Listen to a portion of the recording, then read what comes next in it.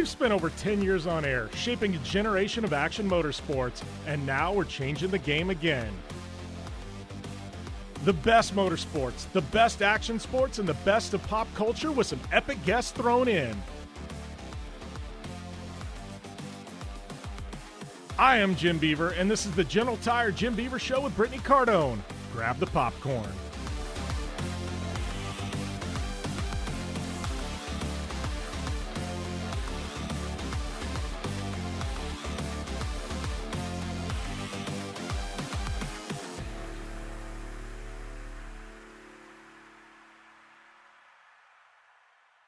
What up, what up, what up? Welcome to the General Tire Jim Beaver Show with Brittney Cardone. This week, what do we have this week? Oh, yeah, we got our good friend Tim Montana. Love having Tim on. It's been since last year, so we're going to catch up with Tim. He's got a bunch of tours cranking, things like that, so going to be awesome catching up with him, having him on the show, find out the latest and greatest from one of the baddest, raddest upcoming musicians in Tim Montana. Not only that, but man, it is the month of May, so what does that mean? Yeah, not this April showers bring May flowers. I'm talking Indy 500, the month of May, the biggest, baddest motorsports event on the planet. I'm not on site this year, unfortunately, but we're still going to have coverage, and trust me, man, qualifying was crazy. It's been a wild month of May. It's got me excited for this event. Some crazy blistering speeds. It's just gonna be awesome. Got some crazy teasers coming out from Kawasaki. Man, I mean, Brittney and I, we got tons to catch up on Sand Hollow and the side-by-side adventure rally. I know a lot of you tuned into our podcast last week. Definitely had some great guests. Go and check that out if you haven't already. It was some really good content. We teased some of our shenanigans that we're going to talk about this week. So, yes, lots to catch up on, lots of news. I mean, we've got just stuff from all across the board in the world of motorsports to bring you guys in the loop on, mainly because we were doing the side-by-side thing last week. So, we've got a lot there, and thank you guys for all the feedback you've been doing on social media. Man, it's been awesome to hear, you guys are liking the format of the show, kind of changing it up after 10, 11 years on air, and stoked that you guys are enjoying what we're putting out there once a week or twice a week or however many times we decide to do it. But, we're going to take a short commercial break. We come back. It's going to be swinging right here with Tim Montana on the General Tire Jim Beaver Show. General Tire delivers for whatever life brings your way. General Tire's Grabber X3 all-season mud terrain tire offers aggressive styling and is engineered for durability with innovative performance features that are ready to carry you through extreme mud, dirt, and rock-covered terrain. For extreme traction that's ready for anything and rugged styling to match, look no further than the Grabber X3. General Tire delivers. Check out GeneralTire.com today. General Tire, official tire of the Jim Beaver Show. Conditions off the pavement are always changing, so why settle for a light bar that just turns on and off? The Rigid Adapt is a revolutionary new light bar that will automatically select from 8 beam patterns that range from a widespread 90-degree flood to a 15-degree spot based on your vehicle's speed. Try that with your knockoff light bar. A dash-mounted controller allows the user to toggle between adaptive mode, beam patterns, and RGBW accent lighting. With Adapt, it's easier than ever to own the night. When looking for a new wheel for your off-road vehicle, car, truck, or UTV, the choice is easy. You choose what the pros use. Rob McCachran, Keegan Kincaid, and myself, Jim Beaver, all exclusively use Vision Wheel, whether we're dominating Baja, taking the cup at Crandon, or shredding UTVs. Vision Wheel's trend-setting designs and durability will set you apart from the competition and your friends. Check out visionwheel.com or at Vision Wheel on social media to learn more. Looking to have some fun on four wheels? Dirtfish Rally School has you covered. Packing as much adrenaline and adventure as you can handle into high-performance all-wheel drive and rear-wheel drive Subaru rally cars is where the fun begins at Dirtfish. Just 30 minutes outside of Seattle and Snoqualmie, you'll get a chance to train up to 3 full days with some of the country's best instructors and be put through the high-octane rush of rally on mud, dirt, and tarmac. Get started today and call 425-888-7715 or visit us online at dirtfish.com and use code 911 for a 15% discount.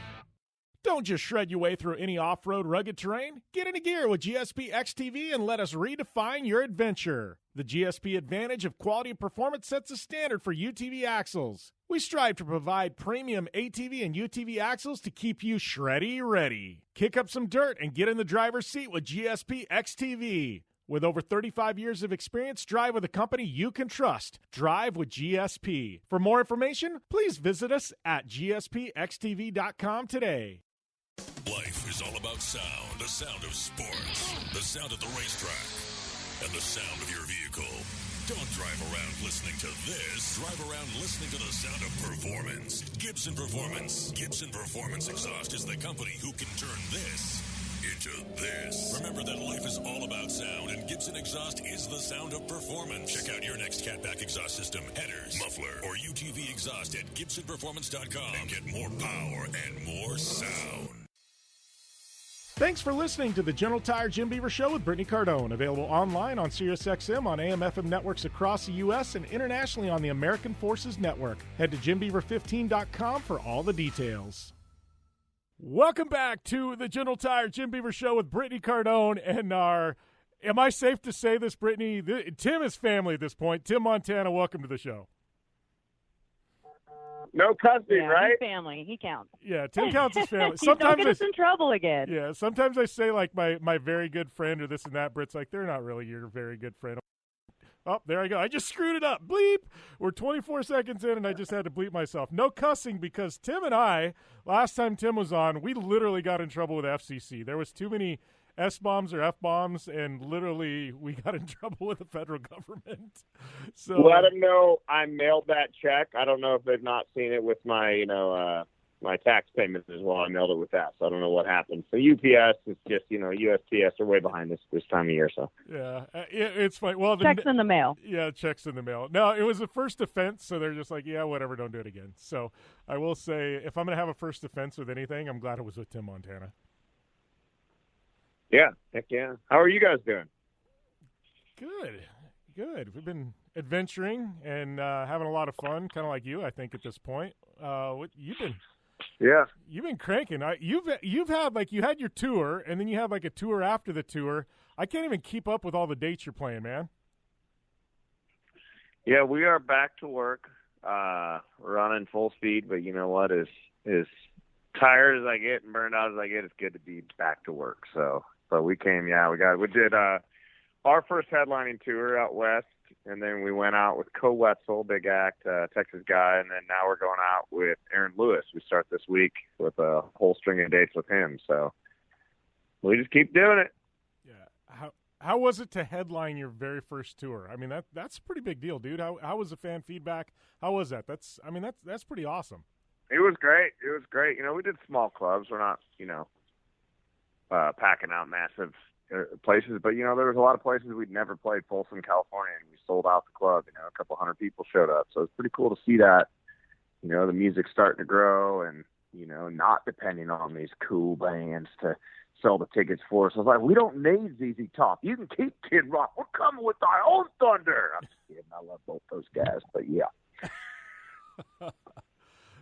I don't know. To me, that's awesome. I know we had some friends that popped into the Colorado show. They were blown away. They said it was the most fun they had in quite some time. I know you hung out with them a little bit afterwards. Appreciate that. But they were, Britt and I had some ideas to go out and hit a venue or two, and we just honestly had so much going on we weren't able to. But everybody I've heard from said it was a riot, man.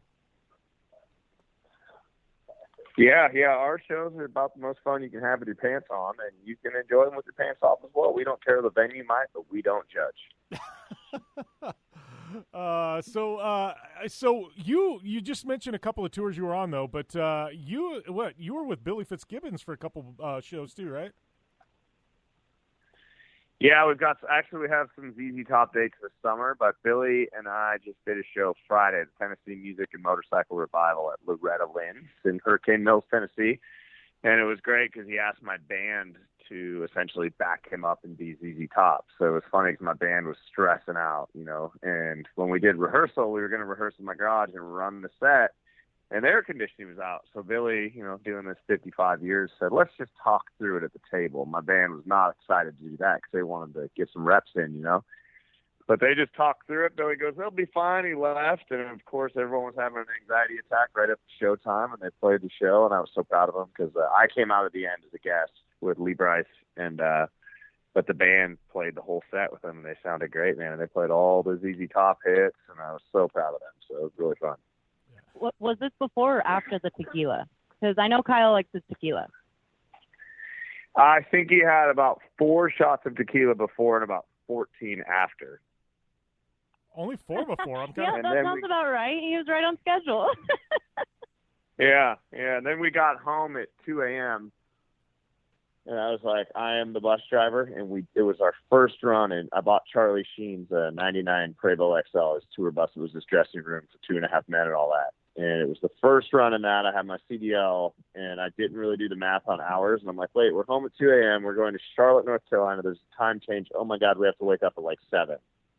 So then we drove all the way to Charlotte the next day. And that was horrible because the air conditioning went out. But, yeah, rock and roll, baby. It's all part of it.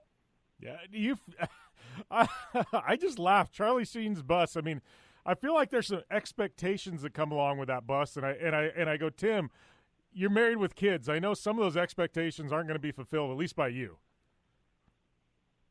Right. Well, the band, they can do some stuff in there, but the party ain't over yet. Did you plastic wrap the seats at least? They've been cleaned. I'm washing some additional cushions in the back because he had a little couch in the back lounge, and we had to take it out to put bunks in because, I don't need a swingers club on the highway. I need a functional tour bus. So I deleted the big red fluffy couch and put bunks in there. But I kept the big red fluffy couch, so now I'm rinsing, washing the couch covers, and I'm going to put it in my rehearsal studio and see what Mrs. Montana's up to when she gets home. You know what I'm saying? Hey now, child number 5. Let's go. Rock and roll, baby. Come on. Oh, man, casting couch just popped right into my head. Man. Trying to keep it PG. All right. Yep. I feel like, I feel like that couch, that's one you got to go to the grave with that thing at this point. I mean, you've got Charlie Sheen's couch. Like that has to stay with you regardless, man. Like, I feel like that's one of those. And, and if you never make it as a musician, that can always go on eBay, right? I got Charlie Sheen's couch. So, last-ditch effort, if you're ever dead broke, you can always sell Charlie's couch. Yeah, the couch, the bus to go with it, Yeah. There's even I hung out with Dennis Quaid, the actor, and he's like, dude, extensively. And I'm like, I have a feeling there's a lot of Hollywood bad boys that have partied on this exact spot. That's, that could be a coffee table book in itself, right? Stories from Charlie Sheen's bus. Just Charlie Sheen's couch. That's it. And yeah, it just exactly. Signatures from everybody that's ever had a story, and it's up to them what they want to put forward as far as everything, nothing, or just a signature. Yeah. Well, I will say, Tim, we got to give Charlie a little credit here because I know we're making jokes. It's Charlie Sheen, so you kind of make jokes. But you and Charlie are really good friends. He's been good to you. I know you say behind the scenes, like he's amazing with your kids. You said he's just salt of the earth, like just a downright nice guy, right? Oh, dude, he's fantastic. I never knew him when he was partying. I think he's been sober 6 or 7 years now, something like that. But yeah, he wrote and directed my music video, Most of the Stone, that also kind of led to me getting my first record deal. And then he, gave me an insane deal on this. And he's just been a great friend and a good guy. And went and had lunch with him recently in Malibu with him and his son. And it's funny, knowing the old Charlie Sheen, and then not that I knew him, but just like the world knew him. And then seeing him, now he's just a dad that has his kids and, and just such a funny guy and witty, and you can see why he's such a giant actor. He's just got that personality. So, and if he could get sober, God, there's hope for the rest of us. Yeah. I don't know that I'm signing up for that anytime soon, though. Just saying. No, we're still in the whole off the wagon thing, right? Like Street Bike Tommy's been doing amazing, and we're like so proud of you, dude. But we're gonna stay on this side for now. I joined Street Bike Tommy's team, guys.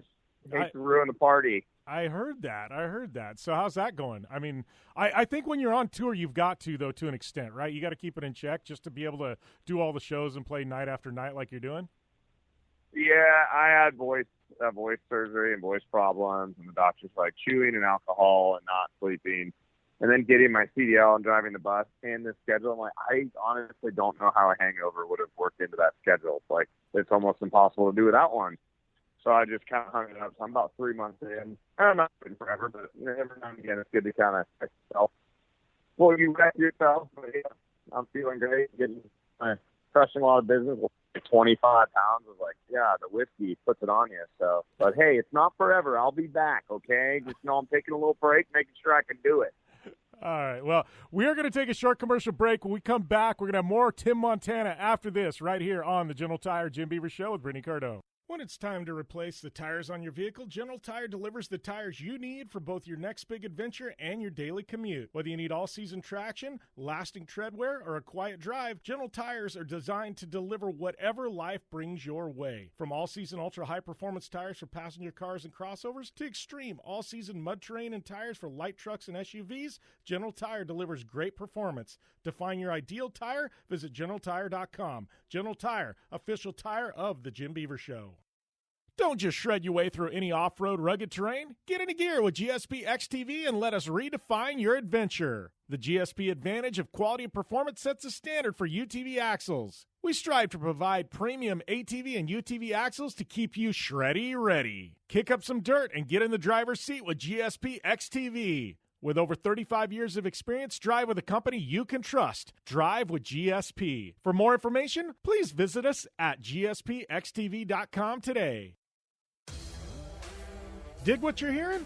Well, do us a favor. Head over to Apple Podcasts and rate, review, and subscribe to the General Tire Jim Beaver Show with Brittney Cardone and catch all of our back episodes.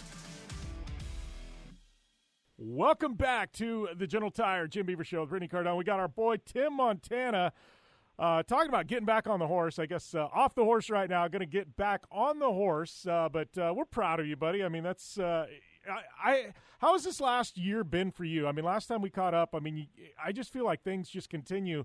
I'm watching like this rocket ignite, and I feel like, you know, the fuse has been lit, and it's slowly starting to lift off, and the thrusters are getting ready to kick in. But it's like every single time we catch up, you know, I know we text quite a bit, things like that, but I just feel like I'm watching this trajectory, man. You got to be stoked on the way things are going. Yeah, man, we're touring more than ever, working more than ever. Got a movie coming out in June. They just released a trailer today, Murder at Yellowstone City. Took up acting in Western movies during quarantine, and all those things that I've done and kind of been quiet about are starting to come out at the same time that we're promoting this EP that's out that's doing really well called American Dream, or called Reno, sorry. It's got the song American Dream we're promoting right now. But yeah, man, tour's cranking up, and we're moving, shaking, and just onward and upward, baby. Let's go. Yeah, you know, and I know there's a bunch of new music. It's funny because some of this stuff, like I heard last year, you'd kind of shared some of it with me, you know what I mean, in private, you know, and I listened to it, and I'm like, man, this is really good. This stuff's starting to hit, you know, and it's almost like you've got quite a bit that's starting to roll out now. You know, that being said, I mean, you know, what's it take to fill an album? I mean, obviously, you've been writing this stuff for, I know some of this stuff is almost a year old at this point that's starting to release now, but, I mean, there's a process that goes into this, right? Yeah, well, you know, they say the best advice I ever got on songwriting is write 100 songs and you might have one hit in there. And, you know, so many friends of mine I circulate songs to, and then they get bummed out. Well, this song's not on the album, and this song's not on the album. And I'm like, guys, I write as much as possible, and then you spin that down and you send that to your record label and your publisher and your manager, and everybody kind of weighs in. And, of course, everyone has an opinion. Sorry, it's pouring rain. I'm going to walk inside real quick. But, yeah. Is that locked? But, yeah, so you have so many different people you run your songs through, and then you just kind of narrow that list down and then come up with what you believe is your best foot forward and then put it out, and then ultimately the listener decides. But yeah, it's a whole process for sure. Yeah. So I guess what's next for you? You home in Nashville now at all, or what's things look like for you the next month too? I know you got a bunch of stuff cranking up. Yeah, I'm here for a few days right now. I leave actually tomorrow night. Got Aaron Lewis in, I think, Lincoln, Nebraska. Then we're in Jefferson City, Missouri. Then I'm going to Pastrana Land to play a private show for Memorial Day.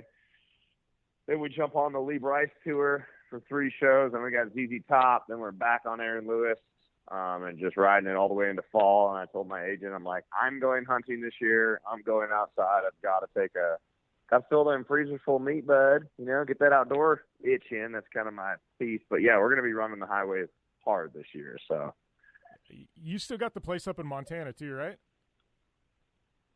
Yep. Yeah. When was the last time you got up there, man? I got to feel like you spend most of your time in Nashville, right? I spend most of my time on the highway, but God, the last 60 days, like my wife did the math, I've been home about 6 days.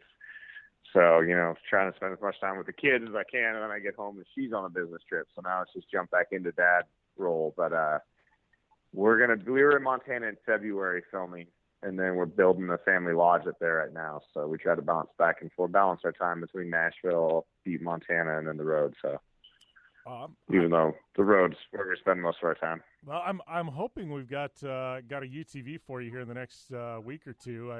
So you can take that up to Montana and go send this thing. You know, the real unicorn here, the mythical UTV. Yeah, the one we've been working on 6 months at this point. I think Jim stole it. He just needed a replacement. So he's like, "Hey, dude, I'll customize you rig." That's exactly what happened. I sold all mine. No, we just took the corner off of it. Yeah, we needed a bumper off it, so we just told you we were going to rebuild it. Anyway, sorry about that. Yeah, what you don't understand is when I made the eBay joke earlier, that was just your General. I was like, I've got Tim Montana's General. I put it up there with a premium price tag and sold it. You just don't know, man. I profited off of you. Cut me in. Send me a check. Yeah, no title, no nothing. I just sent the thing on its way. Oh, yeah, I can't wait to get that thing, man. Thank you again for doing that. No, I'll make you proud. I'll do something wild in it. I'm sure it'll end up on social media, and someone will ask me to delete it because it's too crazy. Yeah, I think the biggest thing we're waiting on. No, we want to be there for it, though. Yeah, we want to be there. This one. Yeah, you got to be there. Yeah, we got to be there when you're going to send this thing. So after you send it, maybe we'll get you back to drinking whiskey at least for a night. Yeah, there you go. Oh man, well I guess before we let you go, man, what else is cranking? Obviously, you got a bunch of shows coming up. You're there. You got TV coming out, man. I don't know what else is going on in Tim Montana's world, buddy. I think that's it. Tour. I'm learning about owning a tour bus, which is not fun. You know, that rule about leasing it, I understand now. I'm just like, oh my God, how much is that? Just, $20,000. Oh, cool. That's great. So I'm learning about that. And, I'm just touring and check out the new EP. We released a music video that I actually filmed at my mom's wedding for American Dream, which is pretty funny. She was pretty upset about it, but now she's a good sport. So I'm like, Mom, I'm making a whole did you brand tell her or of you just filmed it? I just rolled up with a camera crew and told her I was going to film it for her, and then all of a sudden it showed up in the music video, and she's like, really? And all of her church people are there. I'm talking about Mom's 4th wedding. I came up with her. My buddy did Mom only gets married a 4th time once, so we made T-shirts. She was trying to hide them at her wedding. Well, what's funny about this is I went and watched the music video, and I was like, man, I didn't know that you had done that, because I was like, the production quality on this thing was like, this looks authentic, this looks real. Now come to find out it is real, which makes it even that much funnier. Like, I did not know when I watched it that was actually real. I thought it was just staged, but I'm like, man, you did a hell of a job staging. Thought it was actors and stuff. Yeah, that's kind of most of it. I thought, I was like, man, this is really good staging by Tim. Didn't realize that was the real thing. Yeah, that was the actual wedding, and we just rolled the cameras, and we didn't tell anyone to do anything. There was no stand here, stand there. And then I went up and cut some performance, me walking out of the outhouse. You got to remember that property's been off the grid forever. We moved into that trailer in 1990, and it was lanterns, candles. So it was an off-the-grid property in the middle of nowhere, Montana, just north of Butte. We rolled up with cameras and just had people do their thing, did the wedding, recorded it, and then I had a great editor, Rick, down in Texas, put it all together, and bam, put the video out, and it's really crushing it on YouTube right now. So, yeah, They can't buy authenticity. No, you definitely can't. That video is proof of that. How important is YouTube for music videos now? I mean, I grew up as a kid, and and there was obviously that was when there was a thing called MTV that played something other than ridiculousness and reality TV. But even there was so many different places to watch music videos on TV, and now it's pretty much I feel like YouTube's about it. That and Facebook, right? YouTube's the number one music platform in the world. Over Spotify, over Apple Music, everything. It's where, and it's weird thinking that. I'm like, what? But like people just put on, even in their car, they put on YouTube and lyric videos, music videos, just the music. So it's crazy knowing that. So then I try to service that a lot, and we're growing really well on YouTube with subscribers. And because we put out, I love music videos. I've always been a fan of just visuals that help tell your story of the song. So between Mostly Stone and Hillbilly Rich and all these videos I've done, and they've done really well. All those got millions of views with not a lot of subscribers and no money behind it, just organically. So, yeah, YouTube's been great for me.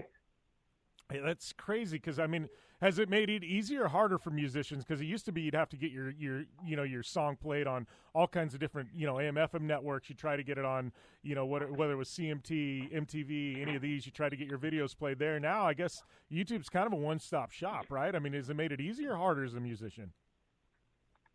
For me, I think it's made it easier. A lot of folks struggle with it, but I don't know. Everybody has their different struggles, but I don't know. I've just seen a great connection there for me, and I'm really good at visuals and stuff. But yeah, I don't know. I love putting videos on there and seeing what they do and how they roll out. Like we put all this money in, not a ton of money, but we shot this video up to Toronto, and I think it would go haywire, with everybody doing their stunts and all that. Yeah. And it did great. It had a few 100,000 views, but then we spent $1,500 and filmed a music video of me sitting in front of an abandoned barn right by my mom's ranch in Montana, and it had like 2.5 million views, and all in South America with no budget behind it. I just love seeing how weird things, well, not weird things, it just takes off in different markets. So in South America, that song connected, and that video especially connected. And you can go where, why, how, and you're just like, it just connected, and it works. So I get so many messages. If you look at my social media, you'll see so many comments in Spanish because Stronger Than You went viral in South America. So it's interesting being able to reach the world, but no one also has a crystal ball to tell you how to do it. You just kind of got to roll with it and see what happens. So that's such the case with social media, though, right? I mean, you can anything on social, you can throw it up and think, oh man, I'm going to get a ton of likes on Instagram on this and a bunch of comments, and then it's crickets, and you throw something completely stupid up, and then it's like a thing goes viral, right? Right. Yeah, like us when we shaved my buddy's legs the other night. That went bonkers on the internet. Did you see that one? No, I didn't. I missed that. I did, but I just assumed it was you. I didn't even put two and two together as someone else. I saw it on your feed, and I was like, oh, there Tim goes again. Yeah, my buddy passed out, and when he gets drunk, he passes out. Like, you could detonate an explosive next to him, he won't move or roll over. So we were doing a Tennessee Bureau of Investigation. We were playing a show for that. It was me, Lee Bryce, Michael Ray, Jared Neiman, all kinds of singers. He passes out, so we cut his pants off and cut him into shorts, and then I cut fringe up so he looked like a fringy little skirt. And then we went ahead and shaved his legs with shaving cream, and then got the electric razor there, and he woke up and he's like, what the hell? Silky smooth legs and Daisy Dukes. Oh, man, and do I have a story along with this, Tim, but you know what? It is break time, so we got to take a short commercial break. But we do have Tim Montana. We're going to continue down this path, probably talking some hair removal and a whole lot more. But we got that coming up after the break. So definitely don't want to go anywhere. And please, while you're at it, head over to Twitter, at JimBeaver15, at BCardone15. Let us know what you think. If you got any guest questions, hit us up. We'll be back after this on the General Tire Jim Beaver Show with Brittney Cardone. General Tire offers a wide variety of options that are designed to deliver for whatever life brings your way. Whether you have a truck, car, or SUV, General Tire delivers for whatever you drive, from the long-lasting all-season Altimax RT43 to the aggressive all-terrain Grabber ATX. General Tire covers on-road performance, off-road capability, and durability. General Tire delivers. For more information, drive over to GeneralTire.com. General Tire, official tire of The Jim Beaver Show.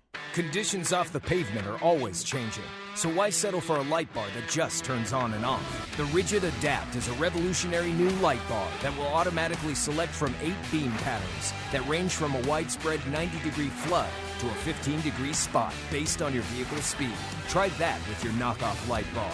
A dash-mounted controller allows the user to toggle between adaptive mode, beam patterns, and RGBW accent lighting. With Adapt, it's easier than ever to own the night. When looking for a new wheel for your off-road vehicle, car, truck, or UTV, the choice is easy. You choose what the pros use. Rob McCachran, Keegan Kincaid, and myself, Jim Beaver, all exclusively use Vision Wheel, whether we're dominating Baja, taking the cup at Crandon, or shredding UTVs. Vision Wheel's trend-setting designs and durability will set you apart from the competition and your friends. Check out visionwheel.com or @VisionWheel on social media to learn more. Looking to have some fun on four wheels? Dirtfish Rally School has you covered. Packing as much adrenaline and adventure as you can handle into high-performance all-wheel drive and rear-wheel drive Subaru rally cars is where the fun begins at Dirtfish. Just 30 minutes outside of Seattle in Snoqualmie, you'll get a chance to train up to 3 full days with some of the country's best instructors and be put through the high-octane rush of rally on mud, dirt, and tarmac. Get started today and call 425-888-7715 or visit us online at dirtfish.com and use code 911 for a 15% discount. Don't just shred your way through any off-road rugged terrain. Get into gear with GSP XTV and let us redefine your adventure. The GSP advantage of quality and performance sets a standard for UTV axles. We strive to provide premium ATV and UTV axles to keep you shreddy ready. Kick up some dirt and get in the driver's seat with GSP XTV. With over 35 years of experience, drive with a company you can trust. Drive with GSP. For more information, please visit us at gspxtv.com today. Life is all about sound, the sound of sports, the sound at the racetrack, and the sound of your vehicle. Don't drive around listening to this. Drive around listening to the sound of performance. Gibson Performance. Gibson Performance Exhaust is the company who can turn this into this. Remember that life is all about sound, and Gibson Exhaust is the sound of performance. Check out your next catback exhaust system, headers, muffler, or UTV exhaust at GibsonPerformance.com and get more power and more sound. Thanks for listening to the General Tire Jim Beaver Show with Brittney Cardone. Available online on SiriusXM on AM/FM networks across the U.S. and internationally on the American Forces Network. Head to JimBeaver15.com for all the details.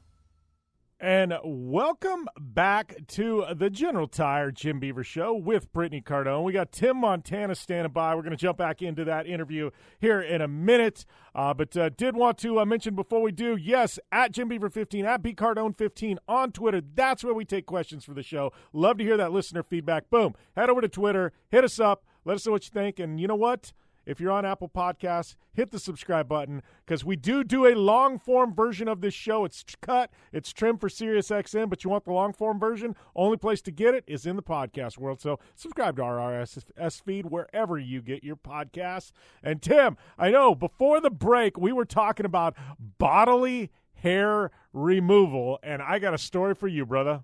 I know this is probably about 10 years ago. I had a buddy who had full, carpet chest hair, and we filmed a video. This is like an infancy of, when social media is really starting to explode. And we literally took a bunch of wax and waxed his chest. We literally got one strip out, and he about went through the freaking roof. But what is the 40-year-old virgin when the guy goes through the roof? Literally, my buddy did that. Well, Tim did that, too, didn't he? Yeah, I did that as well. I had my whole front laps. It was horrible. Honestly, the worst thing I've ever done in my life. Yeah. That was the first 5 minutes I met you. You were bringing up that story. Yeah, it's... Yeah, there's a video on YouTube of that, it's like Tim Montana chest waxing. And it was, thank God that salon was empty because I yelled that I still feel bad about it, but when they rip that chest hair out, oh my God. And then around your stomach, if you're hairy like me, that does not feel good at all. So I will say, Brittney and I normally have a game, and I've cussed once in the show, and you've cussed once, and I'm taking the timestamps.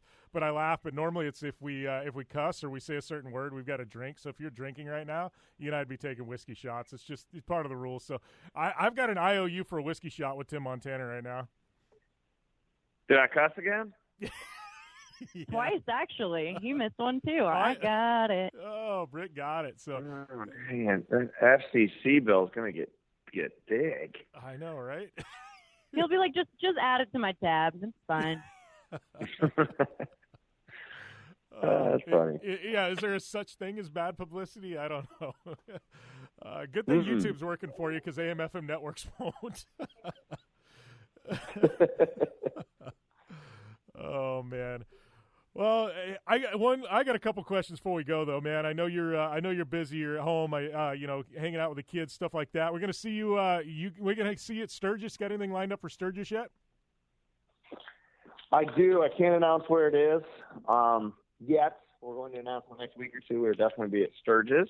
The other tour we're going to do this summer is the Travis Trittner and Lewis, a few dates with them. But yeah, it's definitely going to be in Sturgis. I don't know what show yet. We haven't announced it yet, but we're up there for sure. So. Nice. I feel like that's just demographic tailor-made for you, man. Yeah. We make We make music for bikers to fornicate to. That's what my mom always said, you know. Well, they could be worse, right? Yep. Oh, man. Well, Tim, I know you're busy, buddy, but always fun catching up. Loving all the new music you're cranking out and everything else, and looking forward to hanging out with you. I think Britt and I are going to be in Nashville sometime in June, and I looked at your website, and it looks like you're actually open right around that time. So hopefully we can hang out in Nashville at some point. Yeah, man. Sounds like a plan. You know you're always welcome. So we'll have to do a radio show live from the deck. We got this new deck rocking.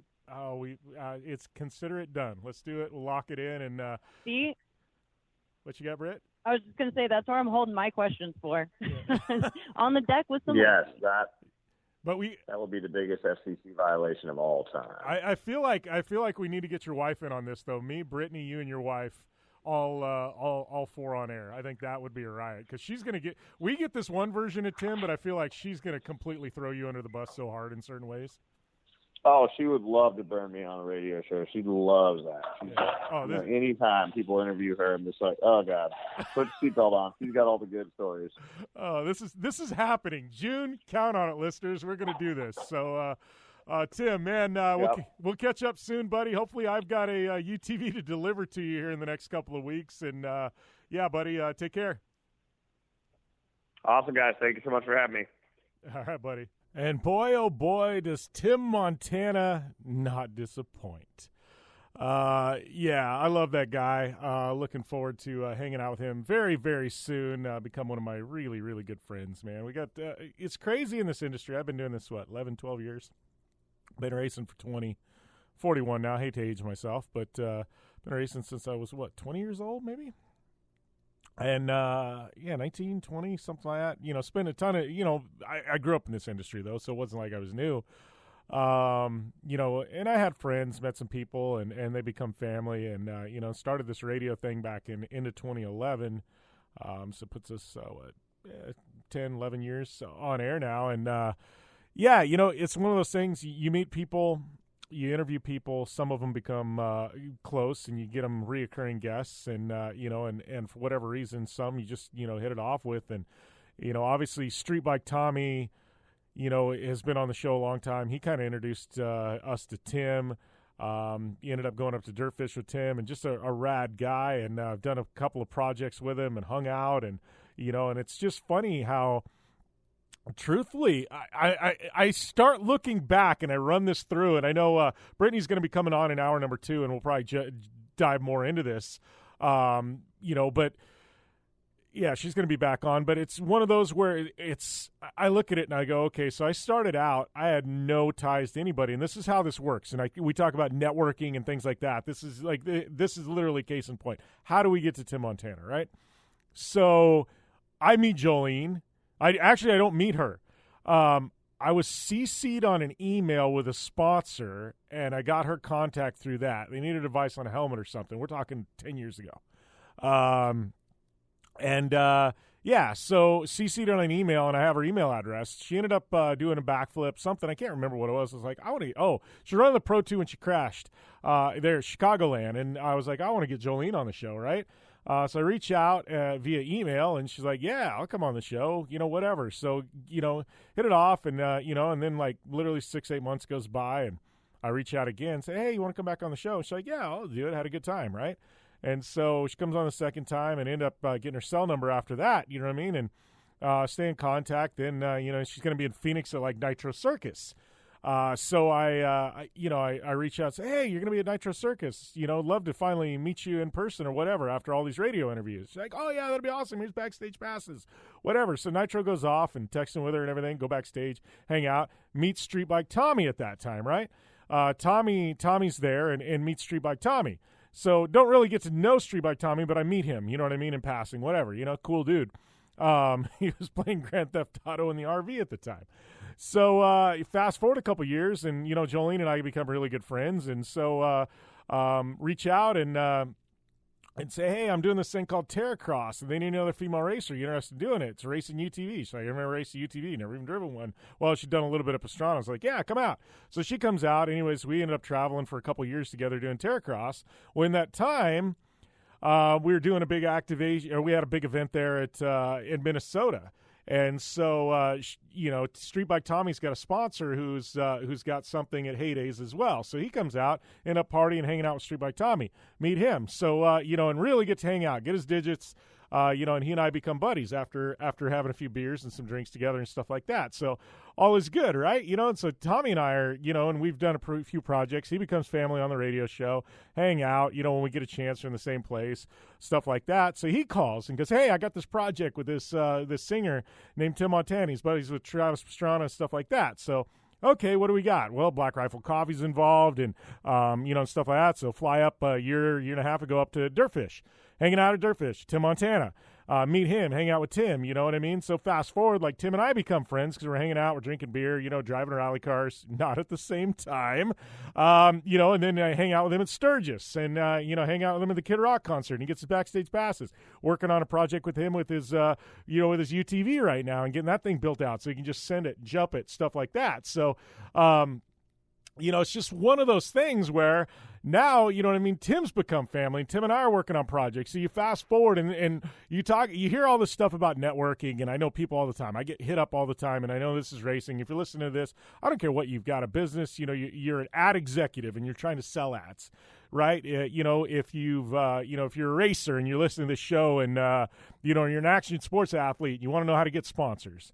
If you're, a car salesman or you're some kind of salesman and you want to sell more product, everybody wants to sit back. They want to cold call. They want to email. They want to do stuff like that. And yes, and granted, my original reach out to Jolene to start this story was, in fact, it was kind of a cold call. Not really, because we kind of had mutual friends or something like that. But, it's one of those where I say this time and time again. I'm like, get out of your chair, get off your phone, go to a bar, go to an event, go to a trade show, go to church. You got to network. You got to meet people. You got to shake hands. You got to kiss babies. You got to give hugs. You got to shoot the bull with people. Like, literally, I think we've, in this day and age, become so, digitally dependent. It's all about that screen and that phone in your pocket and your iPad and your laptop. I'm telling you, COVID killed it, right? I mean, everybody had to stay at home, and it was all about digital. Yes, there was a period of time, lasted for me about a month. Some people lasted 2 years. But there was a time where we didn't really, we were dependent on that. And I still am, man. But I'm telling you, you want to get business on whatever you're doing. I don't care what you're doing. You've got to get out there. You got to meet people. That's where real business, real networking, real communication happens. It's crazy. We talk about, I just don't even get this whole digital dating Tinder thing now. It's to me, go out to a bar, meet somebody, say what's up. I don't get, to me, it's just this severe disconnect, and I don't like where the world is going, where it's all digital dependent. Everything's about text messages and DMs and, you know, and emails. And I'm like, man, what is going on here? I like that human-to-human contact. I like to meet people. I like to look them in the eye. I like to tell stories. I like to hear them laugh. I like to cheers. I like to have a beer. I like to tell jokes. I like to bust their balls a little bit. You know what I mean? Like, to me, that's great. And trust me, I mean, digital version of busting balls, memes, I love memes. I subscribe. My Instagram is all about memes. I subscribe to more meme feeds than I actually do, I think, real feeds that I should be watching. But what I'm saying is like, seriously, you got to get out. You got to network. You got to meet people. And I really think that's, whether you're looking to date somebody, like I said, sell more ads, get sponsors, get, you know, whatever you're trying to do, like, you know, it's, you know, you just got to meet people, man. Get out, you know, and enjoy the world, adventure a little bit. You know, that's what Brittney and I talk about in the show. You know, in the second half of the show, it's kind of become our adventures together, right? Get out, live. General Tire says GT delivers, L-I-V-E, all in caps, delivers. Man, get out and live, people. That's what's up. That's, you know, it's so much more enjoyable than staring at that, you know, that screen that glows right in front of your face, you know. Instead of looking at pictures of something, go out and actually see what that something is. Anyways, rant over, and we are going to take a short commercial break. Come back. We're going to wrap up hour number 1. And hour number 2, got a lot of shenanigans to come right here on the show. Once again, you want to chime in, it's at Jim Beaver 15, at BCardone 15 on Twitter. You know, obviously we're on Instagram and Facebook as well, but you want to get questions or something asked in the show, that's going to be the best place for you to do it, is at Jim Beaver 15 and at BCardone 15. So, yes, that being said, going to take a short commercial break. We'll be back to wrap hour number 1 up right here on the General Tire Jim Beaver Show with Brittney Cardone. When it's time to replace the tires on your vehicle, General Tire delivers the tires you need for both your next big adventure and your daily commute. Whether you need all-season traction, lasting tread wear, or a quiet drive, General Tires are designed to deliver whatever life brings your way. From all-season ultra-high-performance tires for passenger cars and crossovers to extreme all-season mud terrain and tires for light trucks and SUVs, General Tire delivers great performance. To find your ideal tire, visit GeneralTire.com. General Tire, official tire of the Jim Beaver Show. Conditions off the pavement are always changing, so why settle for a light bar that just turns on and off? The Rigid Adapt is a revolutionary new light bar that will automatically select from 8 beam patterns that range from a widespread 90-degree flood to a 15-degree spot based on your vehicle's speed. Try that with your knockoff light bar. A dash-mounted controller allows the user to toggle between adaptive mode, beam patterns, and RGBW accent lighting. With Adapt, it's easier than ever to own the night. Dig what you're hearing? Well, do us a favor. Head over to Apple Podcasts and rate, review, and subscribe to the General Tire Jim Beaver Show with Brittney Cardone and catch all of our back episodes. Welcome back to the General Tire Jim Beaver Show with Brittney Cardone, and we are going to be wrapping up hour number 1 here in just a couple of minutes. You're going to get nationally some nice news bites at the top of the hour, and then those of you tuning in online, yeah, you're not going to get any of that. But yeah, what are we going to talk about in hour number 2? Well, I do have a Dirtfish Rally report for you guys. That'll be kicking things off. But hour number 2, man, we got some fun. So the racing important stuff that we're going to be talking about, obviously Indy 500, it's month of May. We're going to be talking about that, the crazy speeds. Probably talk a little bit about the Monaco GP. So, yeah, we're going to have Monaco GP. We got the side-by-side Adventure Rally that Brittney and I were at. We got a ton of shenanigans to talk about that. Also talk about the industry. We got some Kawasaki teasers. Oh, yeah, Ken Block. He dropped his Pikes Peak car, and Ken Block took a win in his Hyundai. So we got that to talk about. And I don't know, we got some other fun stuff as well. All kinds of shenanigans going on. So if you want to chime in on any of the stuff that Brittney and I have going in on, trust me, there's going to be a lot of it. It is at Jim Beaver 15, at BCardone 15 on social media. And once again, I just want to thank all the kind words those of you on Twitter have been chiming in, saying about the show. It's really, really pretty freaking rad. And I got to give a shout out to my boys, Blake Reynolds and Michael Guest. Both of them killing it in the Coca-Cola iRacing eNASCAR Series. And we are continuing to lead the Team Owners Championship standings. Yes, that is right. Team Owner Championship standings, continuing to lead that. And it's been kind of humbling, man. These boys killing it. Guest had another top 3. General Tire, next level racing. And we got Big Green Egg on board. Big Green Egg, thanks for the new package that you just shipped out. We're just killing it. It's humbling to see our name atop, Roush Fenway, Stuart Haas, 23XL, Chip, it's just, JGR, Joe Gibbs. It's like, man, there's these amazing motorsports teams, and somehow our little team is up at the top of the standings and killing it. So big shout out to my boys, Michael Guest, Blake Reynolds. Give them a follow on Twitter, man. They're killing it in the eNASCAR Series. And, we're going to take a short commercial break. We come back. It's going to be a Dirtfish Rally Report, and then a lot of shenanigans right here on the General Tire Jim Beaver Show with Brittney Cardone. Back after this short break. General Tire delivers for whatever life brings your way. General Tire's Grabber X3 all-season mud terrain tire offers aggressive styling and is engineered for durability with innovative performance features that are ready to carry you through extreme mud, dirt, and rock-covered terrain. For extreme traction that's ready for anything and rugged styling to match, look no further than the Grabber X3. General Tire delivers. Check out GeneralTire.com today. General Tire, official tire of the Jim Beaver Show. Conditions off the pavement are always changing, so why settle for a light bar that just turns on and off? The Rigid Adapt is a revolutionary new light bar that will automatically select from 8 beam patterns that range from a widespread 90-degree flood to a 15-degree spot based on your vehicle's speed. Try that with your knockoff light bar. A dash-mounted controller allows the user to toggle between adaptive mode, beam patterns, and RGBW accent lighting. With Adapt, it's easier than ever to own the night.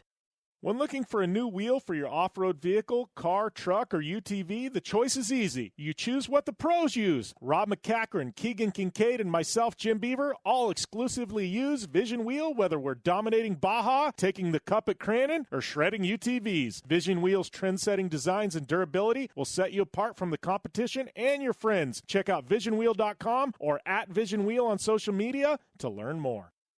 Don't just shred your way through any off-road rugged terrain. Get into gear with GSP XTV and let us redefine your adventure. The GSP advantage of quality and performance sets a standard for UTV axles. We strive to provide premium ATV and UTV axles to keep you shreddy ready. Kick up some dirt and get in the driver's seat with GSP XTV. With over 35 years of experience, drive with a company you can trust. Drive with GSP. For more information, please visit us at gspxtv.com today.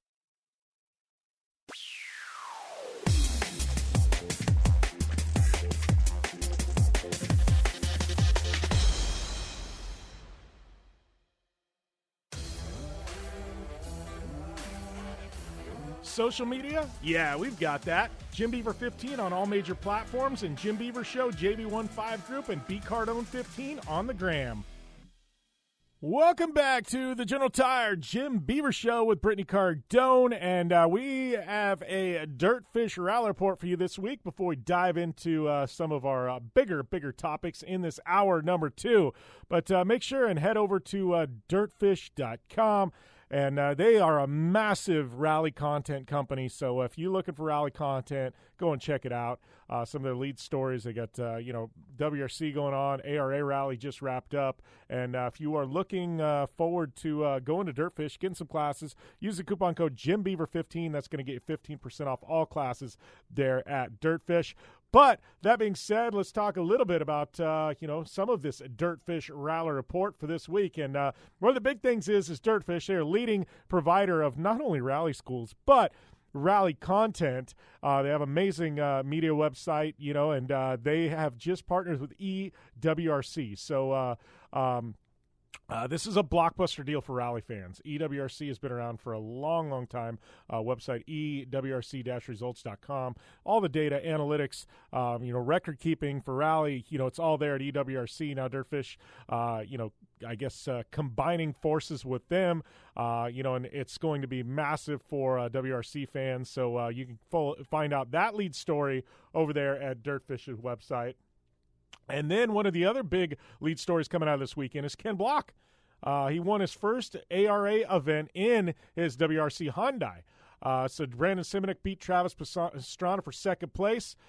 He's maintaining his ARA championship lead, but Ken Block breaking through, taking down the Subarus in his WRC Hyundai, and his very first win in that WRC Hyundai. It's actually been a minute since Ken Block's been on the box. So congrats goes out to our boy, the head hoonigan, Ken Block, on breaking through, winning, and putting that WRC Hyundai on top of the box.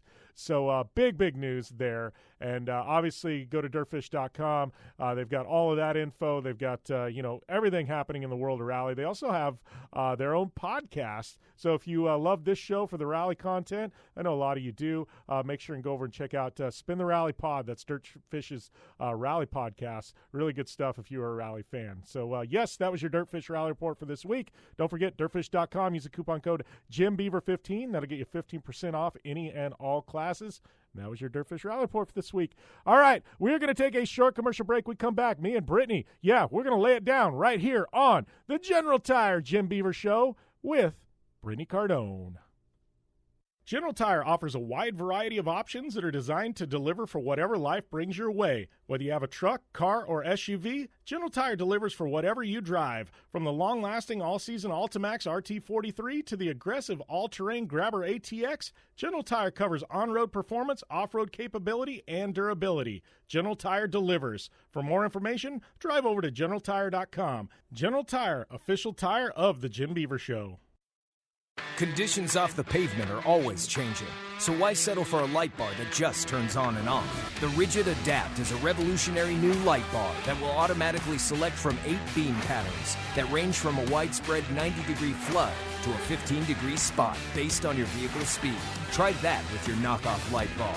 A dash-mounted controller allows the user to toggle between adaptive mode, beam patterns, and RGBW accent lighting. With Adapt, it's easier than ever to own the night. When looking for a new wheel for your off-road vehicle, car, truck, or UTV, the choice is easy. You choose what the pros use. Rob McCachran, Keegan Kincaid, and myself, Jim Beaver, all exclusively use Vision Wheel, whether we're dominating Baja, taking the cup at Crandon, or shredding UTVs. Vision Wheel's trend-setting designs and durability will set you apart from the competition and your friends. Check out visionwheel.com or @VisionWheel on social media to learn more. Looking to have some fun on four wheels? Dirtfish Rally School has you covered. Packing as much adrenaline and adventure as you can handle into high-performance all-wheel drive and rear-wheel drive Subaru rally cars is where the fun begins at Dirtfish. Just 30 minutes outside of Seattle in Snoqualmie, you'll get a chance to train up to 3 full days with some of the country's best instructors and be put through the high-octane rush of rally on mud, dirt, and tarmac. Get started today and call 425-888-7715 or visit us online at dirtfish.com and use code 911 for a 15% discount.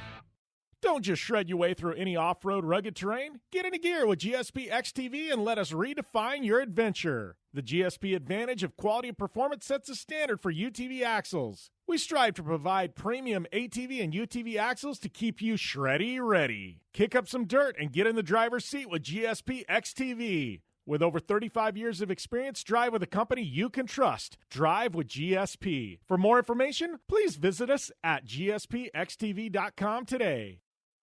Life is all about sound, the sound of sports, the sound of the racetrack, and the sound of your vehicle.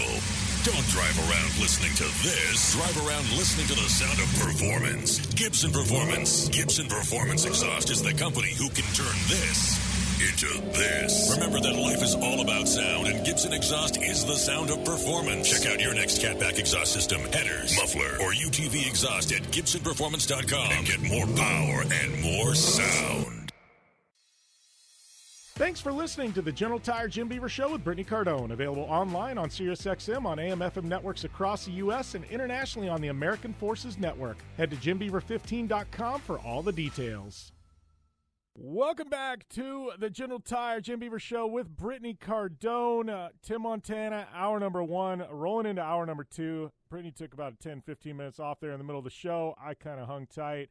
And now we're going to go talk about, I don't know, everything that's happening in the world of motorsports, some of our shenanigans, and who knows what the hell else we're going to talk about, Brittney Lynn. But I think the listeners are going to be in for a treat this next hour because we got a lot to catch up on, and some of it is actually quite funny when we get into talking about Sand Hollow. I can't believe you just threw the middle name out there. You're going to throw me under the bus for my birthday, and you're going to throw the middle name. Well, I'm sure I've got a full name call coming at some point. You've never pulled that on me before, but I'm sure at some point when I'm really in deep beep or something like that, it'll come out. So, I guess the biggest thing we can talk about here, let's just rip the Band-Aid off. I mean, obviously it's the month of May. You and I were talking about going back to Indianapolis. Didn't happen this year. We just have had so much stuff going on in a good way. I know our boy Ben was wondering if we were going to St. Elmo's with him, and that didn't happen. But Indy, I feel bad because this is like the one I've been talking about and you haven't been to yet. I've been numerous times at this point, and I feel bad, but it's almost to the point where, like, next year we're just going to stay back there for like a full 2 weeks because it's that freaking awesome, and I feel like I don't want to half-ass it when you go. Like, I want you to get the full Indy 500 experience. Yeah, I've been kind of paying attention to that, and it's almost like a horsepower Mardi Gras is kind of the vibe that I'm getting. And I've always seen and heard everything of the prestigious Indy, but I really hadn't paid too much attention to all the festivities that go on outside of it. And don't get me wrong, totally on my bucket list. But I would also be okay even if I didn't actually get to see the race, as long as I got to do everything else. Well, and that's like they've got for Carb Day, which is coming up, Friday. Listeners who are hearing this was yesterday. Depending on line, it's today or tomorrow. But Carb Day, Friday, they got the Snake Pit. And the Snake Pit is what literally they sell tickets to this. And there's people that go to the Indy 500 to Friday to Carb Day. They go to the Snake Pit. They don't even watch anything that's going on track. They've never even seen an Indy car the whole time they're there. There's like a separate entrance. You go and it's just literally out by the golf course, a massive party on the infield, and they've got just banger concerts, full-on debauchery. And I have never been to the Snake Pit yet. It's probably because I was waiting on you to go. I'm just going to say that, but yeah. Yeah. But I feel like you and I need to do the Snake Pit. But I laugh because Carb Day, right, and then it's sponsored by Miller Lite, I think, this year, and I'm like, man, we talk about, okay, I don't even know that I need to see the race. I don't even know that I'd see the concert if I was hanging out in the infield all day. And if these guys party like NASCAR does, I don't even know that I'd make it to the concert. But I don't know that I'd complain either. Yeah, that's it. Like we're just, and you know the funny thing is, and I got to be 100% truthful. I've been to the Indy GP weekend with a road course. I've been the entire week of qualifying, through all the qualifications, all that. I have actually really haven't been to the actual race. I've always checked out beforehand. So I've never actually seen Sunday Indianapolis 500 in person. So that's kind of crazy. It's actually kind of weird. You were also waiting for me, right? Yeah, exactly. You knew this. There's subconsciously, I was like, yep. I got to wait for Brittney. You know, there was just something about it, I'm sure. But so I've got a serious question though. Yeah. Without pulling out your calculator, what is 95,000 divided by 80? 95,000 divided by 80. What is that? 8. All right, I'll let you see. It's about $1,200. $1,200. Okay. So if we get 80 people to go in, that's what it would cost for a gasoline alley suite. Okay. 80 people. We got 80 friends, I think. I had to check to make sure that the max was still attainable. So $1,200 each. We get up to 80 people. Can you imagine? We would be the only people, I think, that would have one of the suites maxed out. Now, that doesn't even include any food or drink. That's literally just to get a suite on Gasoline Alley. But just saying. We got enough friends, I think, that have suites. You and I we can get a couple of seats, but it would be much more fun to have 80 of our friends in there. Actually, I don't know that would be good because our friends, Britt, I don't know that we'd ever be invited back to Indianapolis. I mean, I think... No, that's exactly what I was thinking. Everybody else is going to have these corporate suites, and there's just going to be 80 of us just raising hell, just packed in a suite. We won't even be watching the race at that point. Gosh, yeah, it would be who won? What? The race started? What? Oh man, it would be debauchery in the best possible way. But I don't even and 80 of our friends, that's the scary part. You know what I mean? Like you get 10 of us together and it's debauchery. Could you imagine having that many? Well, we saw what 20 of them was like last weekend. Yeah, and we'll get into San Paulo, but you get our friends, and especially a place like that where, gosh, we had a good time. We had a good time out there at the Side-by-Side Adventure Rally, but that would be a blast. Man, next year we're doing that Memorial Weekend. We're going to make that happen. Obviously, we get hard cards, stuff like that. The way I want to do this, though, Britt, is we're going to make the first 2 opening weekends work weekends, right? So, like, for the GP and, like, for Indy qualifying, like, we'll actually work. We'll do interviews. We'll do our media stuff. We'll shoot photos. But race weekend, like, I want to be able to shut off the work mode and you and I just completely, like, get absorbed into Indy 500 and just live it. You know what I mean? Like, to me, that's – I want to do it that way. No. I know what you mean. Like, I've already got this – our itinerary is already built. We've got Carb Day. Apparently, they have porch parties everywhere, so it's like going back to college. Then they have the handlebar race and Bike to the 500, which is just literally a BYOD bar crawl to the race. And I say BYOD, not bring your own drugs, but bring your own drunkies. Yes, this is going to happen. You know what? We got to get our friends. I wonder if we can get General Tire involved in this because our friends at Speed Freak, I know Kenny and Crash, they go back every year because Crash is from Indy. And she literally knows everything there is about Indianapolis Motor Speedway, Indy 500. Like, she's from there. She's a Hoosier. Like, and I feel like they love to drink and they love to party. And they're our fellow radio people from, with General Tire. So I feel like somehow we got to involve the Speed Freaks, especially being that Crash knows everything there is about Indy. And I think the 4 of us would just be shrimp cocktails. We have to add that too. But yes, this is a for sure thing. Yes, we're after this weekend we're going to start organizing this. We got a year to plan. It's going to happen. So. Oh boy, I guess we should actually talk. Some facts about the 500 beyond just the shenanigans. Yeah, we got a few minutes left in this segment. I guess the biggest thing is the speed's been crazy. I mean, my dad and grandpa got me watching the Indy 500 when I was a kid, but these speeds this year are absolutely bananas. Our boy, a very good friend of the show, not Scott Dixon, Connor Daly set the all-time fastest trap speed ever in the history of Indianapolis Motor Speedway, 143.7 miles an hour. You mean 200? Or yeah, 200. 200 I can go 140 in my truck. I'm like, we might want to reevaluate this. 243.7, and that wasn't his qualifying speed. That was just literally the speed they got him at on the track. But that's crazy. I know. I honestly, and this is where we talk about being on the track versus not, and not seeing it firsthand. I've seen cars firsthand, but I've never actually seen them on the track. And even watching it on TV, more so during qualifying than when they're, kind of making passes, things here and there, you can't comprehend it. I'm sitting there going, okay, 240 miles an hour. But so where is that? How fast do planes go? Land speed record, that's kind of what I was putting in its relative. But not only that, they're averaging 230 on their lap. Yeah.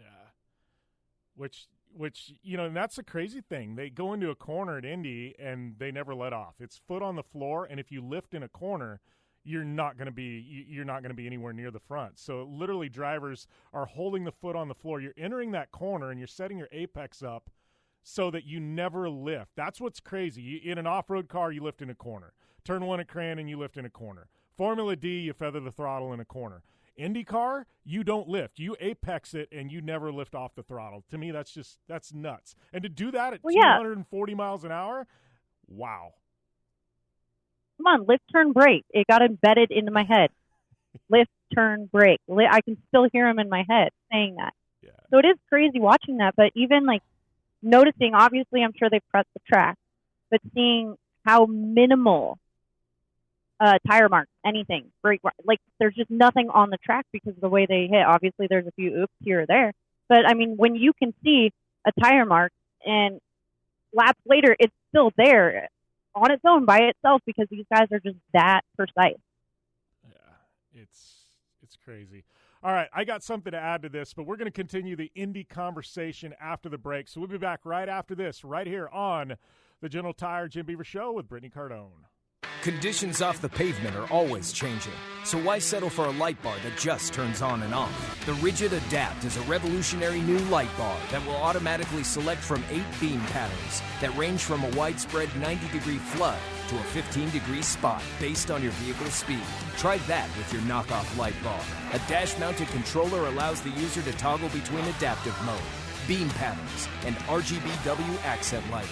With Adapt, it's easier than ever to own the night. Don't just shred your way through any off-road rugged terrain. Get into gear with GSP XTV and let us redefine your adventure. The GSP advantage of quality and performance sets a standard for UTV axles. We strive to provide premium ATV and UTV axles to keep you shreddy ready. Kick up some dirt and get in the driver's seat with GSP XTV. With over 35 years of experience, drive with a company you can trust. Drive with GSP. For more information, please visit us at gspxtv.com today.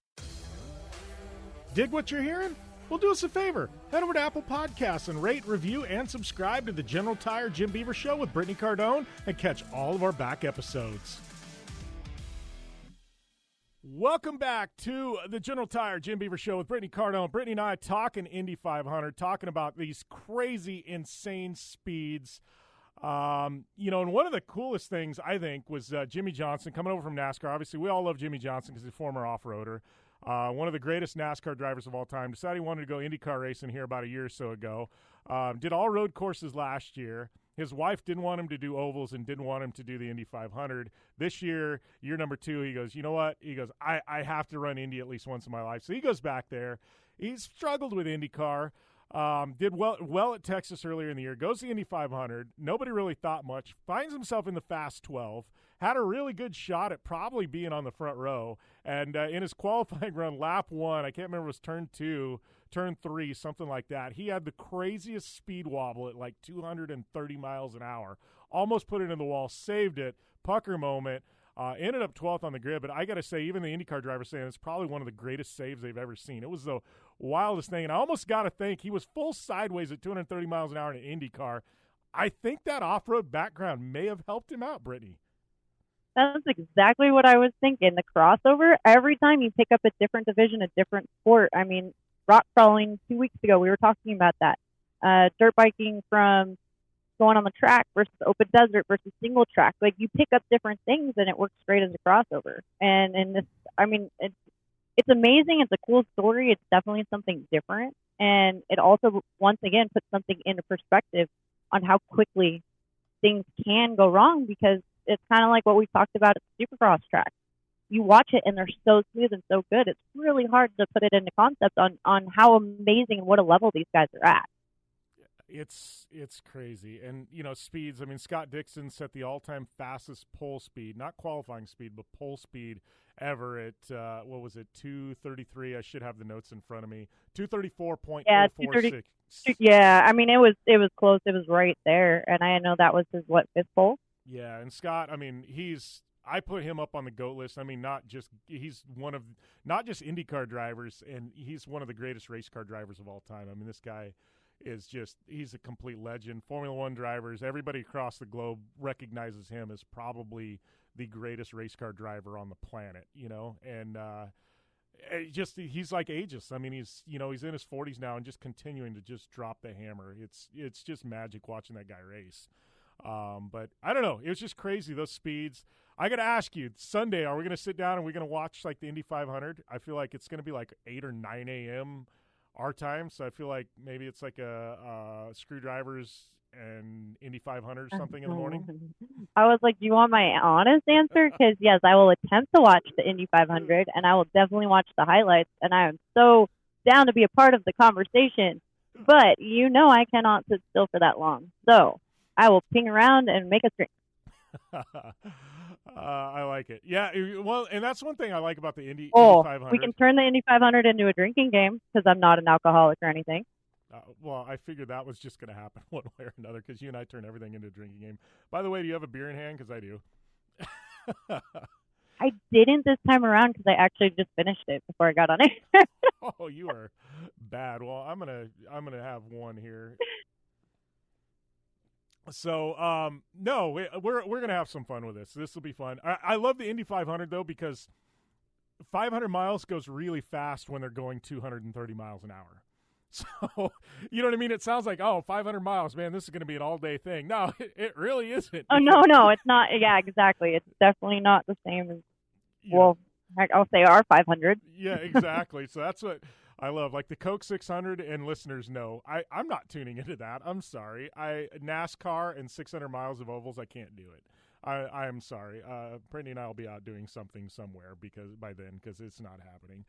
But Indy 500, count me in. We'll watch. We'll make it fun. We'll do something. I don't know. Maybe we'll do some live tweeting games or something with our friends on Twitter. I don't know. But yeah, other than that, we got a lot going on. Our buddy Ken Block. Always give Ken credit because he's one of the people that kind of help slingshot this show into whatever this show is. But he just dropped his new Pikes Peak car. Now this thing, it's a Porsche. It's all-wheel drive, 1,400 horsepower twin turbo. I mean, if that's not enough, I don't know what is. This car is just insane looking. But we got to talk about this livery because Ken always gets artists, and I'll just be up front. Ken's a good friend of mine. This probably isn't my favorite livery he's ever done. Let's just put it that way. I'm sure there is a story behind the livery, but between the livery and the name, I'm just confused. Without looking up, what the facts are on it, I'd love to hear it from Ken on what the real story and how he came to which artist and that particular livery and that name. But I'm just still kind of sitting here looking at it, thinking the Hunapegasus? Hunapegasus, yes. I mean, everything's got to be Hoon, right? He's got the Unicorn, which truthfully is a unicorn car. I mean, it's that old Mustang that's like 1 billion horsepower and all-wheel drive, and like it's freaking rad, right? Like, okay, I get it, but like this, I don't know. I get where they're going. The car's badass. We're strictly talking. Oh yeah, we are not discrediting the car by any means, or even the artist at that point. Yes. We're just talking about the livery in general. Actually, I like the livery minus the color pink on it. And if it would have been like a fluorescent pink, I probably would have been good with it. Like, he's got kind of like some ghosts and stuff like that in there. Like, I don't mind it. It's just the pig pink is what's got me. Like a hot pink, I probably would have been okay. A lime monster green with like the same white like livery, like I probably would have been okay. But hold on, I got it. We're just guessing right now, right? Yeah. Until we talk to him and figure out what the real story is. But lipstick on a pig. All they need to do is make the front bumper red. Yes, just a bright ass red. I on board with this. And if we were there, we'd go and have those lip stickers that are like the hot. Seriously, there's more of a story behind. We just randomly came up with this combination, so I'd be curious. And like I said, there's the press release, but I want the off the book story on how this came to be. Yeah, and honestly, and for those, most of our listeners probably seen it. It's kind of like a breast cancer pink almost. Well, maybe a little lighter than breast cancer pink. No, it's literally a pig pink. If you took pig skin, it's pig pink. Yeah. It looks like it could go roll around in some dirt. Yeah. I guess what I'm excited about, though, is this car's badass, and he's going to take it to Pikes Peak. So this has me interested because this car can slay up that hill. So that being said, color me interested in July to watch Ken drive this thing up Pikes Peak because, I think that's going to be pretty damn exciting. And, and he knows Pikes Peak well. He filmed one of his Gymkhana videos up Pikes Peak. So I think this car is actually going to put some blistering times down. It's a worthy contender for sure. And like I said, we are not discrediting the car, the build, anything in any means. It's surprising, I guess. It's just kind of everyone's going one, and maybe that's the other thing too. Everyone's kind of going one direction with the throwback stuff, which I love, and you already know this. But maybe it's going to stand out that much more because it is pastel pink. Yeah, could. I don't know. Could. Definitely could.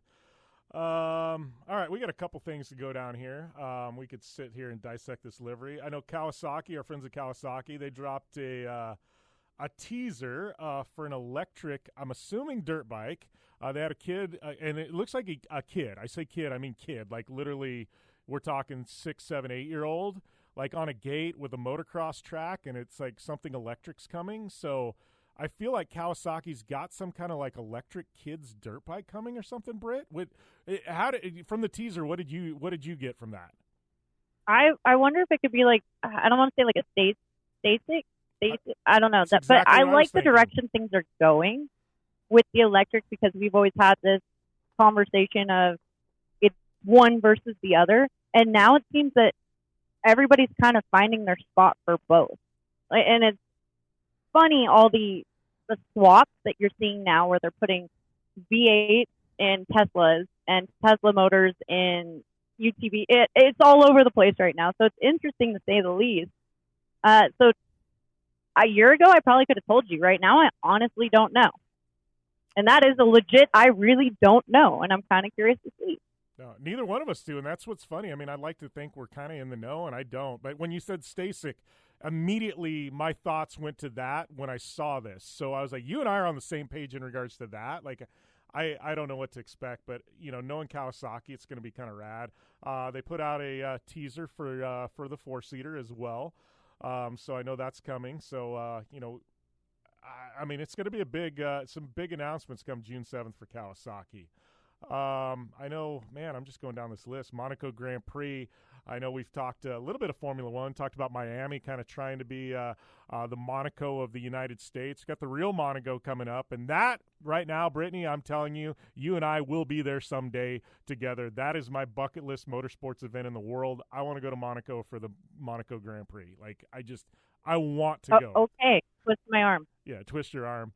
I had an invite a couple years ago to actually be on a yacht at the Monaco GP, and I had 3 days notice, and it would have cost me like $7,000, and I didn't have the money at the time, and I didn't have time to book a flight and be there in 2 days, so I passed on that opportunity. No, you just didn't have a partner to poke you and go, hey, let's go.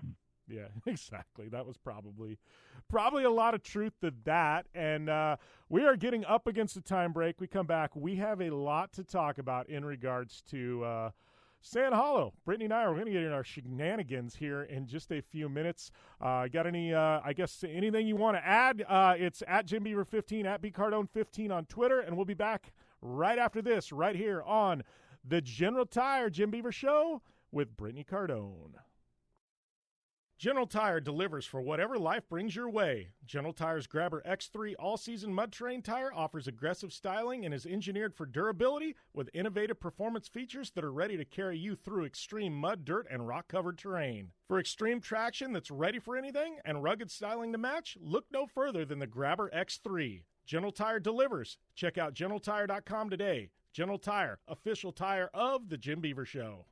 Looking to have some fun on four wheels? Dirtfish Rally School has you covered. Packing as much adrenaline and adventure as you can handle into high-performance all-wheel drive and rear-wheel drive Subaru rally cars is where the fun begins at Dirtfish. Just 30 minutes outside of Seattle and Snoqualmie, you'll get a chance to train up to 3 full days with some of the country's best instructors and be put through the high-octane rush of rally on mud, dirt, and tarmac. Get started today and call 425-888-7715 or visit us online at dirtfish.com and use code 911 for a 15% discount.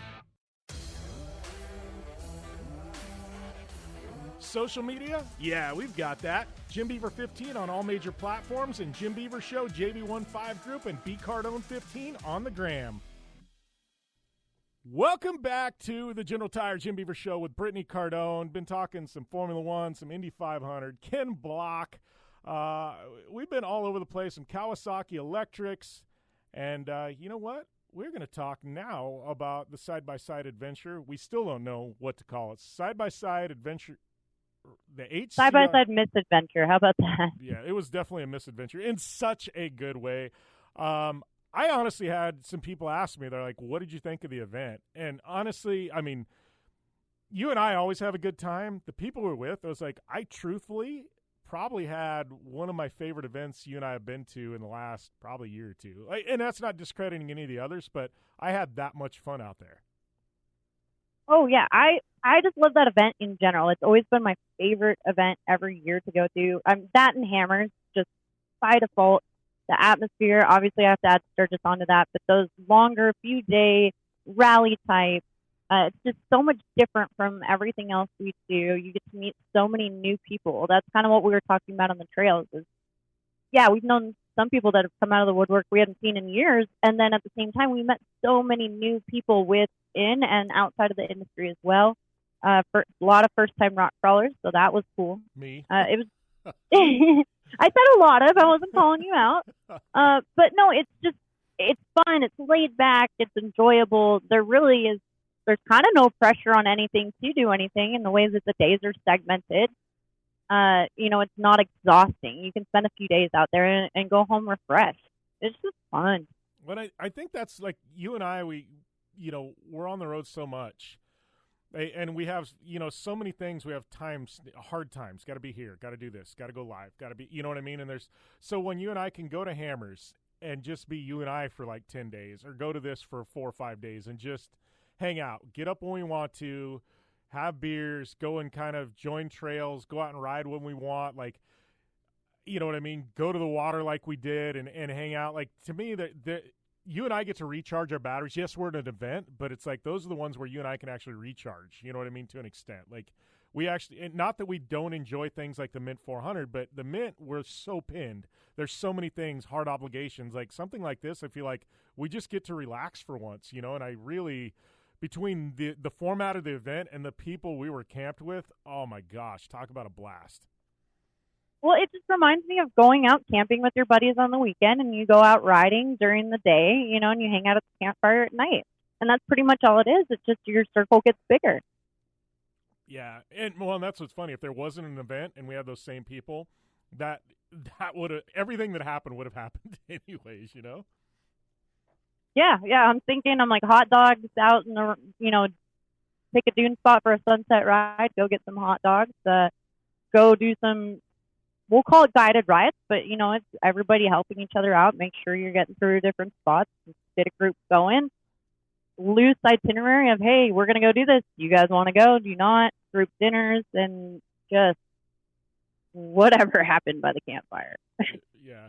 Drinking beer and watching the generator, Yeah, that's all that happened. Inside joke there. So the generator on Brett and my motorhome is we can prep it and it runs great. We get to an event, it doesn't want to run. So that is absolutely the truth. I don't know what's going on, but we get anywhere and it will run. It has performance issues. Yeah, it's got performance anxiety. It does. It definitely needs some blue chews. I don't know what's going on, but it's just comedy because we can get it to run, but it's like, what, a 10-minute process to get it to run right, and you got to start. Yeah, there's sediment in there somewhere. It's pumping, whatever. And it's just got to be knocked loose when you take the car or the RV out, drive it, and then go sit it somewhere. Because we've tried to eliminate absolutely any outlier that we can, and we still over a year have not been able to figure it out. So. No, it's bonkers. It needs to be pulled out.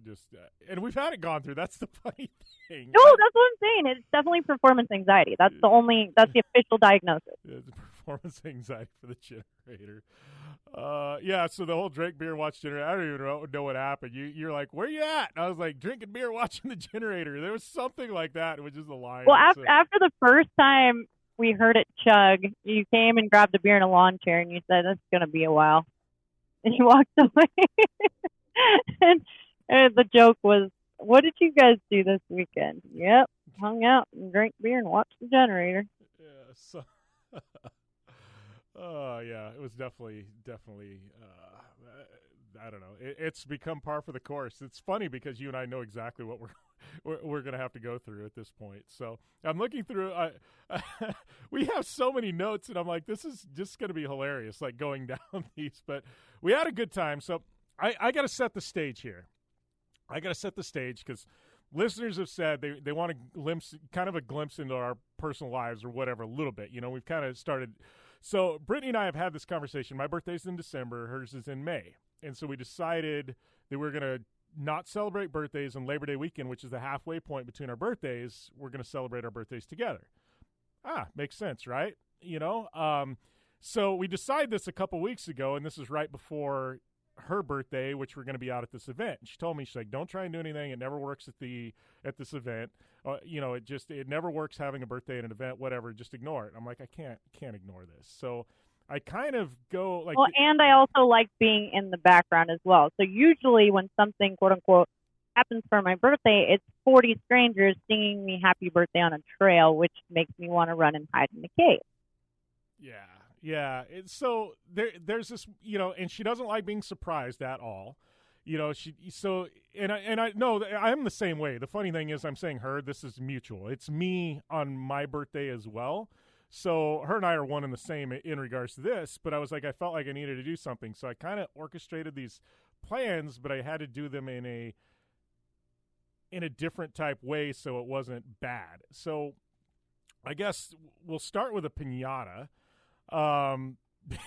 Because I hit a piñata in the shower of our RV, hoping that she didn't want to take a shower on the morning of her birthday. And a day later, he goes, "Oh, I was so worried you were going to look in the shower. Well, I'm glad you counted on me being a stink ball." So we pull out this piñata, and it's like midnight, and everybody has had a little bit to drink, and we have this piñata and a baseball bat.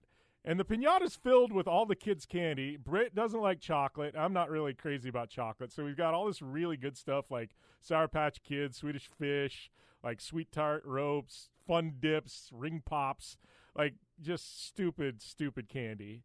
And we've got a bunch of drunks with a baseball bat. And we ended up getting the music playing. And what we had to spin Hold on. How did you guys even end up suspending it? Because I never even paid attention to how you guys finalized it. So the rope you and I bought last summer when we took the pontoon out to Pirates. The boat anchor line. Yeah, and it has the slide. It has the slide on it. It has the slide that locks in. So we hung it between the two RVs, and it had that slide lock, so it wouldn't move on the rope. And we hung the piñata from the slide lock. So it actually worked out really, really well. I'm glad you and I went boating last summer.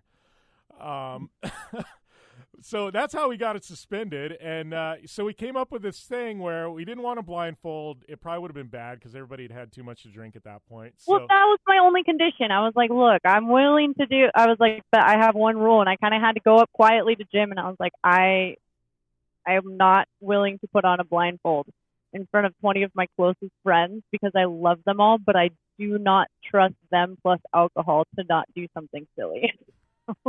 I felt a little too vulnerable there. Yeah, I completely get it. And especially at this point. So it was one of those where, so we do that. We decide, all right, what are we going to do? So we make everybody spin around 5 times on the bat with their head down. Some people decided to sit on the bat and spin around. We won't name names. AKA the sit and spin. That was... Yeah, some people decided to stand in the same spot and spin around the bat because, again, them plus alcohol equals not following instructions. And you had to hit the piñata with your opposite hand. So if you're right-handed, you had this oversized baseball bat. You had to hit it with your left hand or vice versa. Anyways, we ended up getting the strongest piñata known to man, literally the strongest piñata on the planet. And it literally took... 20 adults, 30 minutes to finally break this piñata open? Hanging on it. Brittney went at one point, hung on it. I mean, it was the rope tying it, like the zip tie or whatever. Normally those pull out. That didn't pull out. Like it was crazy. Like I don't know. I'm not going to make a joke No, there. When I said that, I was like, yeah, that was bad. But it was absolute hilariousness, ridiculousness, I guess I should say that. Like, I don't know. It was funnier than hell to watch everybody. But when it did finally break, what was funny is watching all of the 40-year-old men run at the candy. Oh, gosh, yes. Yeah. And I'm calling that out because there were several different age groups and genders and all that, but it was the 40-year-old men that all came together for a mutual cause. There was, and I love that we're not naming names in this, which is funny because we're protecting everybody. But it was, while throwing them under the bus. So when they listen, they'll know it's them, but we didn't call them out. and I love the fact that we've got kind of our secret kind of thing going on where we all share pictures, but it never really goes public outside the group. It's kind of great. So I'm enjoying that. But anyways, that was a riot. It was absolutely a riot.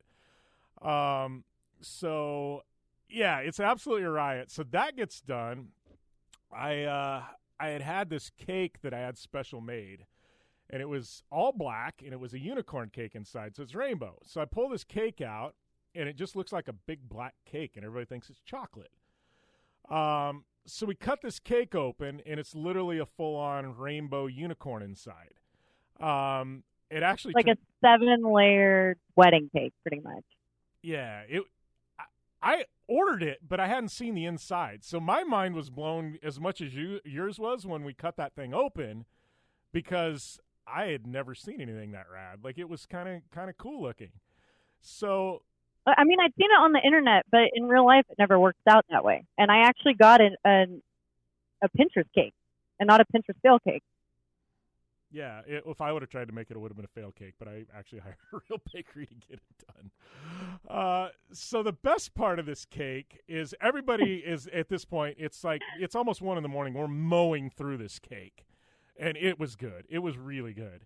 So we're mowing. It was so good. Yeah, we're mowing through this cake. And the black icing actually dyes your fingers and your lips and everything else. So that's hold on, rewind real quick. And the reason we know this for sure is because I decided to add my own little touch onto the cake, and I started poking holes in the top of the cake with my fingers so I could put the kazoozles, which are now called sweet tart ropes, in them like candles. And then my finger was black after that for like 3 days. Yeah, we did not know that well, all I was told at the bakery was don't get it on your clothes. I didn't realize lips, hands, everything else stained. And it had like the neon, like it was a Brittney cake. So the best part is, and this is where it gets really entertaining. So this cake is just full of dye of all kinds. It's full of dye of all kinds. Well, yeah. How do you make black with food coloring? Let's think about this for a second. Yeah. So the next morning, we all wake up, and one of our friends goes, I almost had to go to the hospital. I'm like, what are you talking about? He goes, I almost had to go to the hospital. He goes, I went to the bathroom, and it was rainbows. And he's like, what did you do to me? And I'm like, I don't know what I did to you, man. And he goes, no, seriously. His wife comes out. She goes, yes, this is a problem. But they're laughing as they say it. They're like, we thought we were dying. And then slowly, he genuinely was worried for a minute and thought he was going to have to go to the hospital. And then after that, everybody decided it was sharing time and got to tell what color. Yeah, they had that morning. Yeah, so it was. I would like to say I was still in the motorhome, not participating in this conversation, for the record. Well, I got trapped when I walked out, so. I was to blame because everybody knew I brought the cake, which I had no idea it was going to do that. But yeah, it was quite funny because everybody slowly started coming out of their RVs at camp, and it was the same story. So yes, that cake was a gift. Oh, well, mine was blue. Mine was red.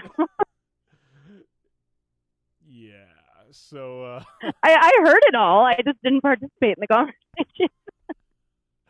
Yeah. All right, we got to take a short commercial break. We'll be back after this right here on the General Tire Jim Beaver Show with Brittney Cardone. General Tire offers a wide variety of options that are designed to deliver for whatever life brings your way. Whether you have a truck, car, or SUV, General Tire delivers for whatever you drive. From the long-lasting all-season Altimax RT43 to the aggressive all-terrain Grabber ATX, General Tire covers on-road performance, off-road capability, and durability. General Tire delivers. For more information, drive over to GeneralTire.com. General Tire, official tire of the Jim Beaver Show. Conditions off the pavement are always changing, so why settle for a light bar that just turns on and off? The Rigid Adapt is a revolutionary new light bar that will automatically select from 8 beam patterns that range from a widespread 90-degree flood to a 15-degree spot based on your vehicle's speed. Try that with your knockoff light bar. A dash-mounted controller allows the user to toggle between adaptive mode, beam patterns, and RGBW accent lighting. With Adapt, it's easier than ever to own the night.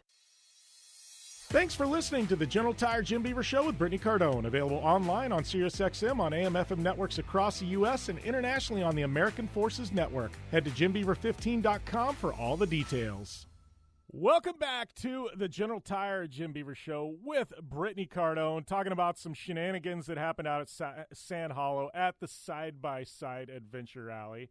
And we got a couple things before we wrap up. We'll keep it short, Britt, but remind me, because I'm kind of spacing out here. We had some. I mean, you and I had so much happen. In-N-Out and ice is on our list. All right, so what do we got here? So everybody was kind of looking at an excuse third day, a little bit of downtime, and we got to go to the grocery store. We got to go to the grocery store. Whether it's beer, ice. I can get it for you. No, it's all right. We got to get a few other things. I think they were just getting a little stir crazy, needed to get out for a little bit.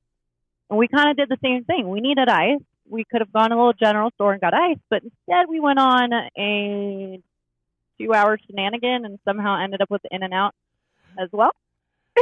Yeah. And so I put it on my Snapchat because we don't have In-N-Out where we're at, and I think you're close to one as happens to. Yep. But everybody that was at the rally, I sent it to them on my story because I was like, out getting ice, and it was just a picture of our In-N-Out milkshake. Yeah, and then everybody immediately gets jealous. I laugh because I'm looking at this. We do have, I mean, we might as well just check off our list. I mean, so we've got a few things. I did pose a question. So Brittney and I, we kind of escaped. We went and found a side of the lake where there wasn't a whole lot of people, and we went and just kind of hung out and drank some beer in the water, right? So I'm literally standing there. We're having just a conversation on, I don't know, life, whatever, shenanigans, trips, something. I'm sure it was super, super important at that point. But we're standing there. Literally, this bat comes out of nowhere and flies into my head. And, I thought it was a dragonfly or something because we're sitting there, like, half in the water, just hanging out, and it was still light outside. And all of a sudden, out of nowhere, this thing swoops in like a butterfly or a dragonfly and smacks him in the head. And as it hits him and flies off, I'm like, that was a bat.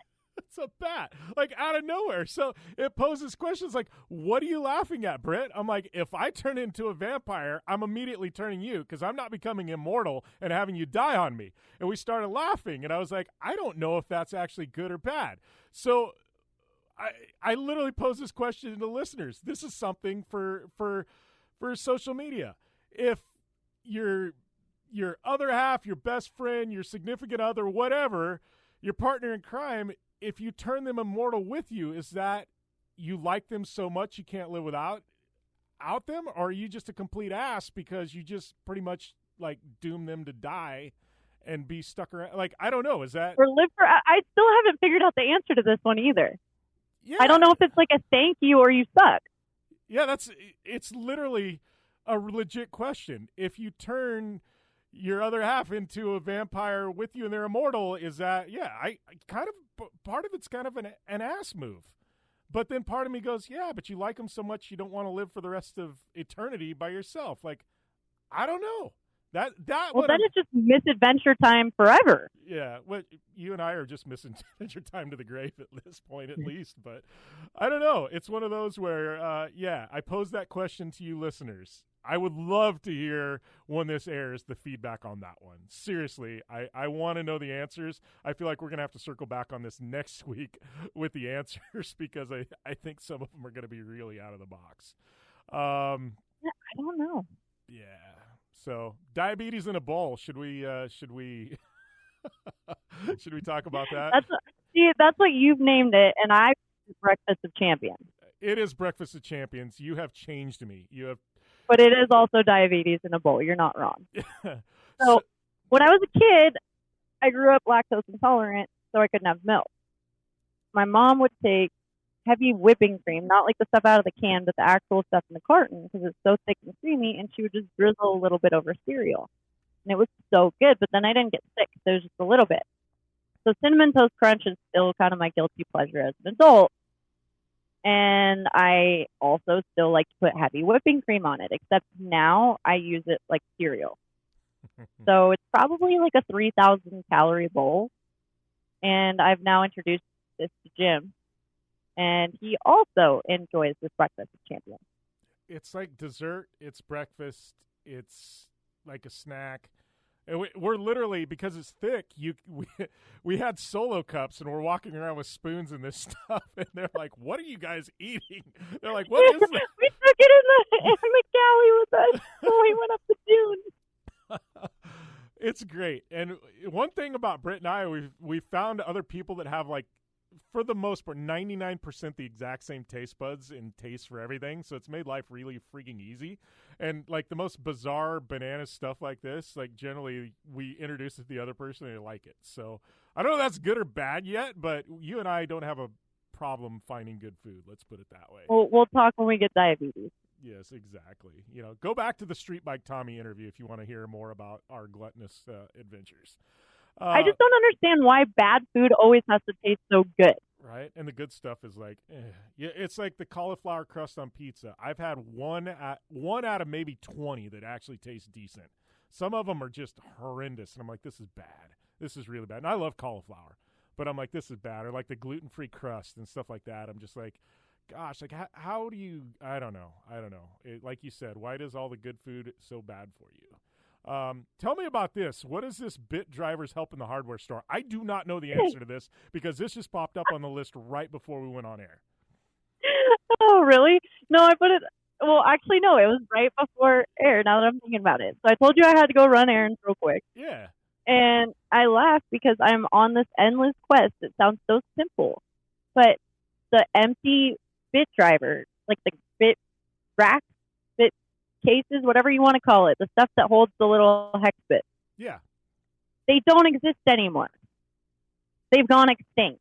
The empty So cases. everybody's coming out with these awesome, like Milwaukee has their pack out, DeWalt's got their tough case or their T-Stack or whatever they feel like calling it that week. And Craftsman, it's to the point where I actually know what every brand and who their parent company is and which ones are cross-compatible because I am OCD on my organization. But I'm at the point where I have all these cases and I don't have enough holders for my drill bits and my hex bits and my other bits.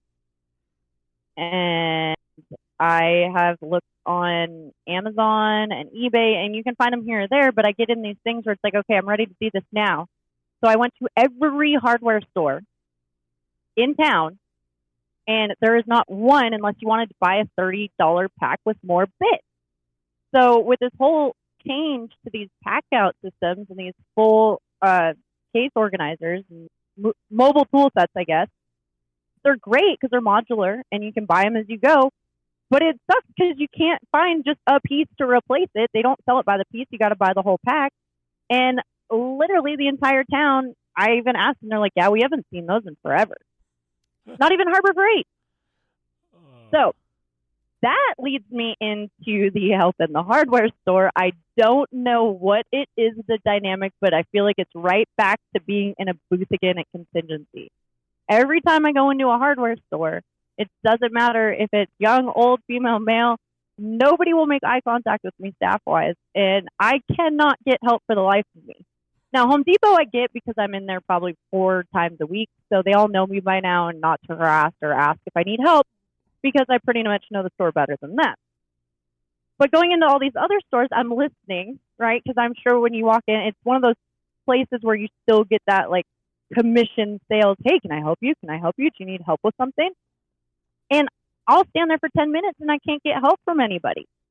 And I laugh because I'm standing there in the tool department and I probably have more tools. Like, you've seen my tool collection. Oh, yeah. I probably got more tools than half the staff there. And they're like, oh, yeah, we're not ready to tackle this one. I don't know. But I cannot get anyone ever to help me in a hardware store. And literally all it is like, hey, did I miss this? Because I've just looked in these 3 aisles in the right section. I know where I'm supposed to be, and I can't find it. You know, the funny thing is like, this is completely digression, but just so the listeners know, in a future life or a past life, Brittney owned like a little small town niche like hardware store. I feel like, truthfully, at some point in your past or in your future lives, you're going to own your own. Like, I don't mean like the big Home Depot, like you had like this small little like old school, like, yeah, like small town niche hardware store. I swear you did at some point. You had a hardware store. No, I have one now. It's in my garage. That's true. Yeah, true story. Yeah, Brittney, literally we could open up the garage and put a cash register there. She could be self-sufficient for at least a year off of selling her tools and stuff, I think. Between that and the stuff in the basement, yeah, you'd be good. Oh, yeah, I just laughed because, yeah, my family, it's not even any, because most people don't know, but my family just calls me MacGyver because they're like, it doesn't matter what it is, inside, outside, if it's craft-related, building-related, yard, sprinkler, tool, specialty tool, automotive, Yeah. I've got it. Yeah, Vintage. She's got the garden department on lock. Let me tell you. I think I own half of the Home Depot garden department. Oh man, oh yeah, I love it. All right, we got to wrap things up today, but big shout out to General Tire, Vision Wheel, Rigid Industries, GSP XTV Axles, Dirtfish Rally School, Gibson Exhaust, our friends at The Clean Freak. And make sure and go over to our website, Jim Beaver 15. And once again, it's at Jim Beaver 15, at BCardone15 on social media. And we will see you next time right here on the General Tire Jim Beaver Show with Brittney Cardone.